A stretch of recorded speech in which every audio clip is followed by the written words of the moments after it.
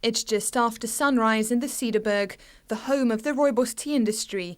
But it's also a fragile biodiversity hotspot in the Cape Fynbos region.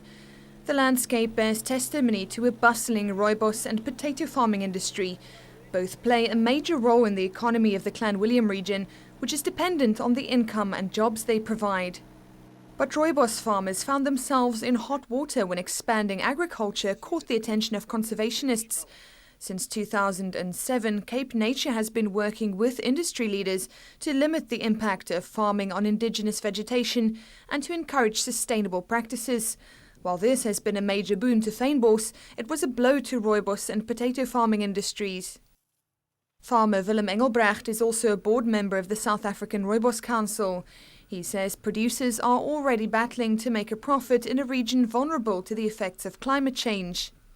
Where in the past we were used to very wet, long, cold winters, nowadays there's more thunderstorms during winter time.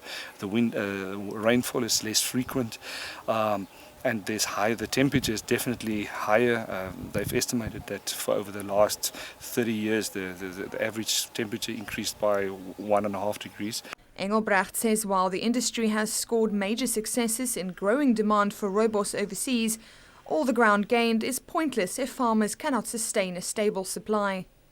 The environmental impact assessments now required by law before farmers may expand are costly and take up to 3 years to be completed.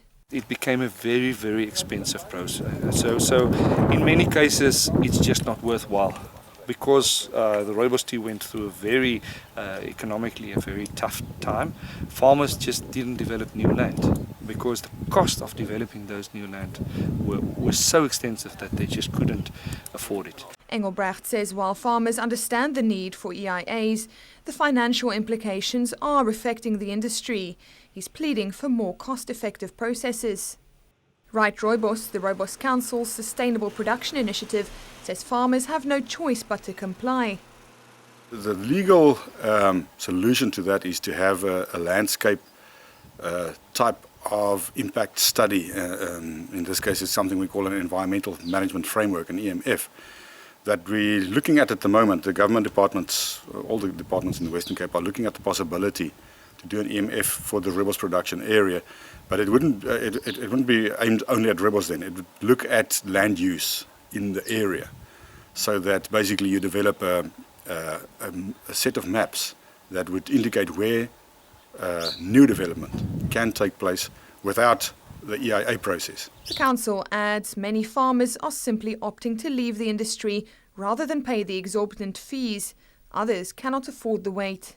It's inconvenient and it is expensive. But apart from pooling resources and EMFs and those things, there's no legal recourse otherwise at the moment. Aletta Gardner, Eyewitness News, Clanwilliam.